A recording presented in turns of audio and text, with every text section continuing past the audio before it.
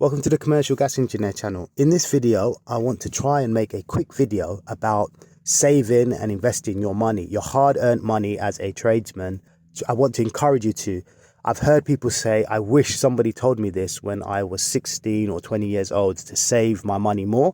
And you may already do so, but if you don't, this video is all about that. Put your money away. I'm going to give you some tips. I'm not a financial advisor, but I just want to tell you what has worked for me and how to try and save some of your money if possible. So I know that majority of people are going through a cost of living crisis, but yet nonetheless, you can still try to save money if you control your outgoings. Okay. Try to somehow keep an eye on what you're spending your money on, what you're wasting your money on, what you can comfortably pull back on without putting yourself under too much stress, and try to look at saving 10% of your income every month, 20%, 30%, 40%. And if you haven't a property, it's not always about buying a property, but if you can get a mortgage, do so. Although I'm not a financial advisor, try to pay off that interest quickly. If you can, I think that's a good idea to make early repayments if there are no charges and so on. But remember, I'm not a financial advisor, but try to do that. Also look about trying to get property where you can buy property outright. So you can save up and buy property abroad also outright. I don't mean a mortgage. I mean just having like 50, 100 grand, seeing a property, which sometimes comes up and you can do it up. And just because we're builders, we can do places up and just bang, buy the property outright. So things like that this video is about. I'm just going to share a few more other ways that you can look about trying to invest or save your money. Invest in yourself, get qualifications, and not only qualifications, get qualifications that actually will help you and help you to get more money, give you more knowledge. But don't just worry about having tickets, being a ticket collector. Learn. Be humble. And when there's an opportunity to learn as much as you can, ask as much as you can, write down as much as you can, invest in yourself, watch good YouTube videos, not just the entertaining ones that are all about the YouTubers, what's happening about them not getting paid or about their lovely life as an engineer, but watch the videos where you can actually, even the ones that are boring, that you can actually learn something from, and that every 10 minutes or so you're in that video, you're learning something and you're not just getting entertained. Learn as much as you can. There's a lot on YouTube to learn from. Aim to not buy now, pay later. Too many people are doing that. We're in a generation where people buy now, pay later. Anything that you can pay off early, like anything that you can just pay off one time, pay it off if you can do so comfortably. So, I mean, if you have car insurance for the year and it's possible for you to pay it off in one go and not pay the interest, pay it off. If you have road tax for the year, pay it off. Try to avoid direct debits if you can. Try to pay off everything one time. If you want to buy a TV, try not to pay for it on zero finance, etc., etc. Save up for the TV and buy it when you've got the money. That's the kind of things that can help you or help a young person when you try to or pass this on to other people that forget trying to buy a car on finance and those things. Don't get me wrong, there are times when you can get a van and the van's making you money and you pay for it on finance. Things like that sometimes are necessary, but try to avoid the buy now, pay later trap. Okay.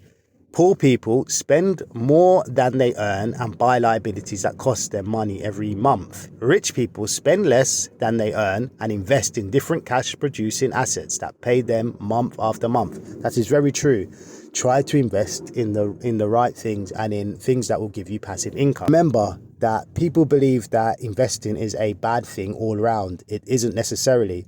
Putting money in the bank is also good because banks tend to be quite safe. Often banks are protected by the FSCS scheme, so up to about 85,000, I believe. So if you have about 85,000 in the bank and the bank goes bust, a lot of banks are protected by this scheme. So make sure whatever bank you put your money in is protected by this. But you can invest your money. Let me tell you basically about the misconceptions about investing. There's different types of investing. There's trying to get rich quick investing, where you basically do swing trading or day trading and you can lose your money very quickly.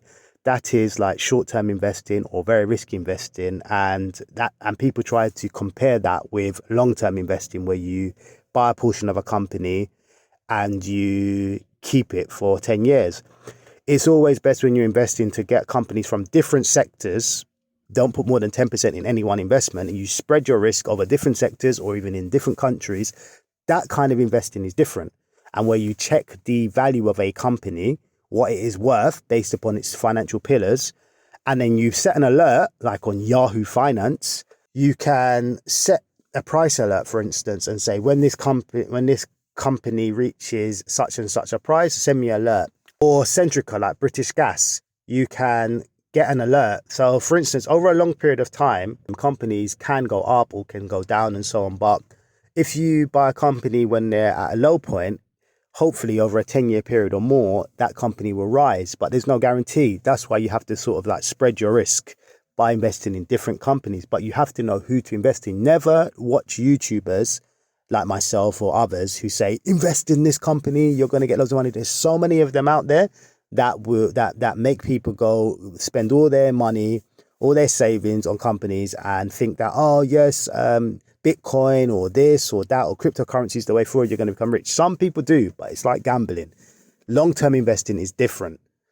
And you have to do your homework and you have to spread your risk and you have to know about financial pillars. This particular channel called Everything Money is quite good. It's very good for helping you get educated into what financial pillars to look for in a company. So you can start understanding what you should look for on balance sheets if ever you do want to invest in a company. They show you what pillars to look for. They also help to show you how to find the right price for a company, or what a price should be for a company based upon predicted future performance, based upon past performance and so on, which is a bit of a gamble, but nonetheless, they can give you an indication of what a company should cost. So this particular channel is good for giving you financial education. Be very selective and careful what channels you watch. And also with this channel, they obviously want to sell you their products in terms of their search products to subscribe to. You don't need to do that. Just subscribing to their channel and learning from their videos is enough. FinViz is a good stock screener that can show you companies and so on, and you can search for companies. It also shows you the sectors, different sectors of companies. These are US companies, and obviously the US market is the strongest in the world.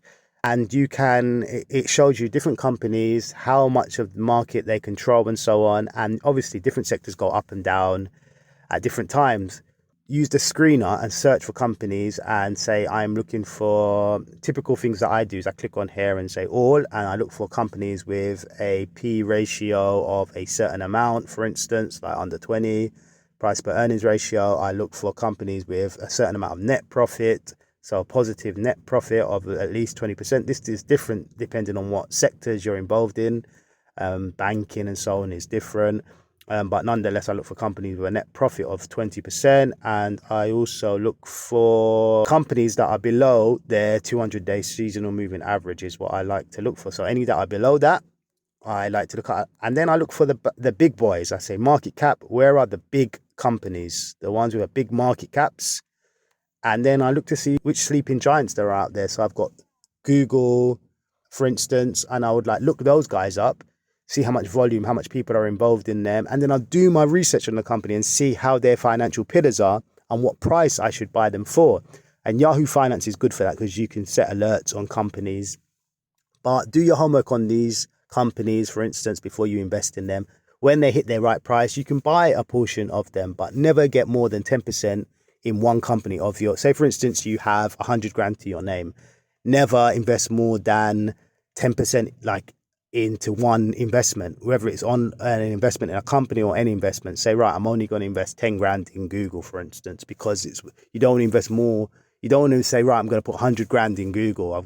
You spread your risk and then you go to a different sector as well. You don't want technology. You want to go to defensive stocks as well, or you don't want to just do the US, you want to do UK, you want to do China, you want to do different countries so that you spread the risk. Be careful which platform you use. There's Trading 212, there's Hargreaves Lansdown. Different brokers will charge you different fees. So understand the fees, call them up if you have to, or get a breakdown as to how much they're going to charge you to buy a certain stock, because they would charge you fees. Some will say they're not charging you anything, but later on they'll have a funny way of taking money back from you. So find out about the fees. There are certain companies that will just pay you loads of dividends and they don't rise much. It's good to get steady companies as well, rather than just trying to get these companies that are very volatile. Also, a good thing to do is to get a dummy account first. So one with fake money at first, so you can understand how it goes up and down and you can make some mistakes there. There's things you can do. You can have stop losses involved. So basically, if you have, say, 10 grand in a company and they drop by 10 or 20%, you can set an alert that if they drop that much, you might not want to stomach it. And you say, no, if it drops a grand and I've got 10 grand in there, I want to sell. Whereas others may say, no, I'll hold regardless. Or sometimes you can set an alert, which if it goes up more than 100% and then my 10 grand is turned into 200 grand, I'm going to sell half of that and then get my money back, my 10 grand back, and enjoy the free ride. So there's different things that you can do, different alerts, but know and stick to your guns with whatever you're going to do. Careful what YouTubers you watch, financial ones, and do not believe when they say go and invest in this company or go and invest in that company. Understand, do your own due diligence before you decide to invest in any particular company, and write down on paper how much you will invest, how long you're planning to invest for, and why you're investing, the positives and negatives of the investment, etc. Don't just jump in on impulse if you are going to invest. But investing can be a good thing if you know what you're doing, but you have to do a lot of homework. Okay, make sure that you make good use of your hard-earned money. Save it. Know when your outgoings are going out and so on. Try to not pay for everything on direct debit. Try and pay for things in one go so that you don't have to pay interest. If you have a mortgage, try to pay off the mortgage quickly if possible to avoid the interest. But remember, I'm not a financial advisor. Try to buy property outright if you can, like abroad sometimes and so on. So if you see a property going for 50 or 70 grand, it needs some work abroad and you've got that money, just bang, buy it outright. Try to invest in yourself. So do courses all the time, study and learn as much as you can for free. Watch good YouTubers that do not waste your time telling you their life story, but where you're actually learning stuff. Save as much as you can in your bank account or in investing for long term. So have money that you do not need to touch and put aside a certain amount of money each month before you start spending your money on other stuff. If you have money available sitting there in your bank account, you'll end up spending it on something. So look at your outgoings, see how much money that you can save each month. If it's 10%, 20%, 50%, save money and invest it in property or in learning. And last but not least, I like the motto of John Wesley where he said, earn all you can, obviously honestly, honest hard work, give all you can. So that's basically helping those around you, loved ones, and people that need money as well, people that are in need, or parents, children, cousins, anyone who you see a genuine need where they're trying and you want to help them. Give all you can to them if possible and help them financially and not be a financial burden to those around you. Save all you can. So save, like I'm telling you, save as much money as you can whilst especially if you're young, you don't need to go and buy a sports car. You can if you want, go ahead. Don't think that you have to impress anybody with flashy clothes, flashy cars. Save your money, okay, as much as you can to help yourself in the future or help others around you in the future. That's all from me. Remember, I'm not a financial advisor, but I do want to pass on what I can to you because I wish someone told me this when I was 16 to 20 years old and all the holidays I've been on and so on. Those things have been nice, but I wish I held back some of the money and saved it to today because I'd probably be retired already. I'd be traveling the world or be doing something a bit different than fixing people's heating, hot water and services to their building, for example.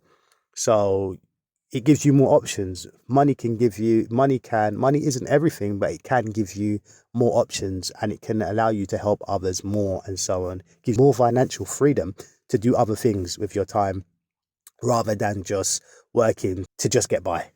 Okay, enough said. Please leave comments in the section below. I hope this has helped you. Until next time, bye.